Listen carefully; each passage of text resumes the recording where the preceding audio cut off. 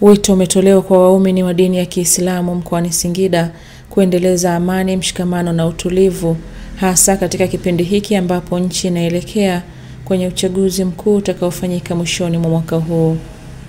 Akizungumza wakati wa sala ya Eid al-Adha iliyofanyika katika msikiti wa Unyakumi, kata ya Mandewa, manispaa ya Singida, Imamu Hamisi Omari aliwasihi waumini kuilinda amani iliyopo na kushiriki kikamilifu kwenye mchakato wa uchaguzi. Lakini lingine ambalo naligusia kwamba mwaka huu tunaelekea katika uchaguzi ambao ni katiba ya nchi inatuelekeza hivyo, lakini pia ni jambo la kinchi, ni kwamba katika yote ambayo tunayahimiza na tunayaomba kwa Mwenyezi Mungu tubaki katika hali ya amani.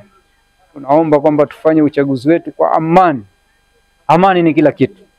Kama alivyosema Mwenyezi Mungu Subhanahu wa Ta'ala, hata pepo yake siku ya kiyama atawaambia waja wake, udkhuluha bisalamin aminin. Ingieni katika pepo ya Mwenyezi Mungu hali ya kuwa ni salama tena wenye amani.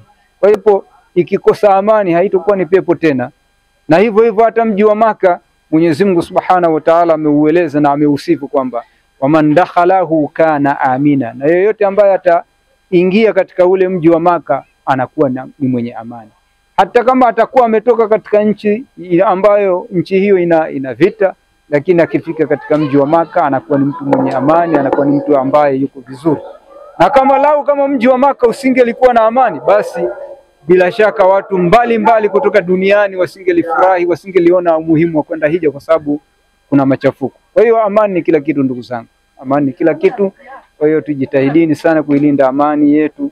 Amani iendelee baada ya kwamba uchaguzi, na tuchague viongozi ambao watakuwa ni viongozi watakayetuletea maendeleo. Tuwachague viongozi ambao watakuwa na tija na watakaye kutuletea maendeleo.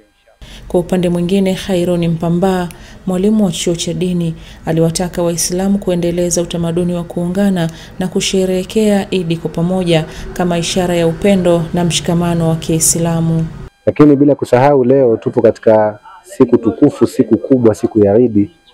Kama Mtume alivyosema siku moja, manake alifika Madina akawakuta watu wana michezo yao wanacheza, akawauliza, akawaambia ni siku gani hizi mbili hizi, mbona mnacheza? Akawaambia sisi toka zama huko tumeanza kucheza hizi siku mbili. Akawaambia basi kama hizi siku mbili mlikuwa mnacheza, basi Mungu amewabadilishia kuwapa siku mbili zingine zilizo bora zaidi kuliko hizo za kwenu hizo, ambaye ndio Eid al-Adha, lakini wa Eid al-Fitr. Eid al-Adha ambaye tumeiswali tumeimaliza hivi karibuni, lakini na Eid al-Fitr ambaye imepita nyuma kidogo. Sasa ni siku ya leo, ni siku ya kufurahi, ni siku ya kufanya ibada, ya kufanya nyiradi, ya kulishana. Ndugu zangu, tualikane, tulishane, Mungu atatulipa ujira mkubwa. Baadhi ya waumini walioshiriki ibada hiyo walitoa rai kwa vijana kujitokeza kwa wingi kwenye zoezi la kupiga kura, wakisema wao ndio nguvu kazi ya taifa na wana nafasi kubwa ya kuleta mabadiliko chanya. Mimi nawaambia vijana kwanza wajitokeze, na hivi karibuni kulikuwa na uboreshaji wa daftari la kudumu. Niliwaona walijitokeza kwa wingi katika kufanya uhakiki huo. Kwa hiyo vijana wamehusiwa, na hapa limezungumzwa neno la amani juu ya uchaguzi mkuu. Nashukuru alhamdulillah rabbil alamin.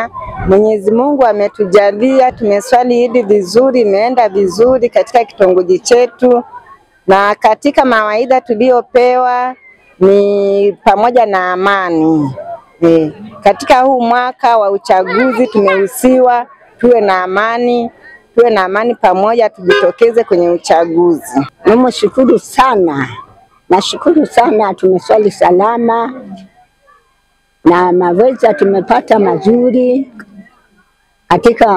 katika nchi yetu hii, kata ya Mandewa. Uchaguzi mkuu tunasema asante Samia, mheshimiwa wetu mtawala, atulee kama alivyoanza, atulee vizuri, na sisi tunamuona. Tunamwombea Samia wetu aliko huko, ameswali na yeye Muislamu mwenzetu.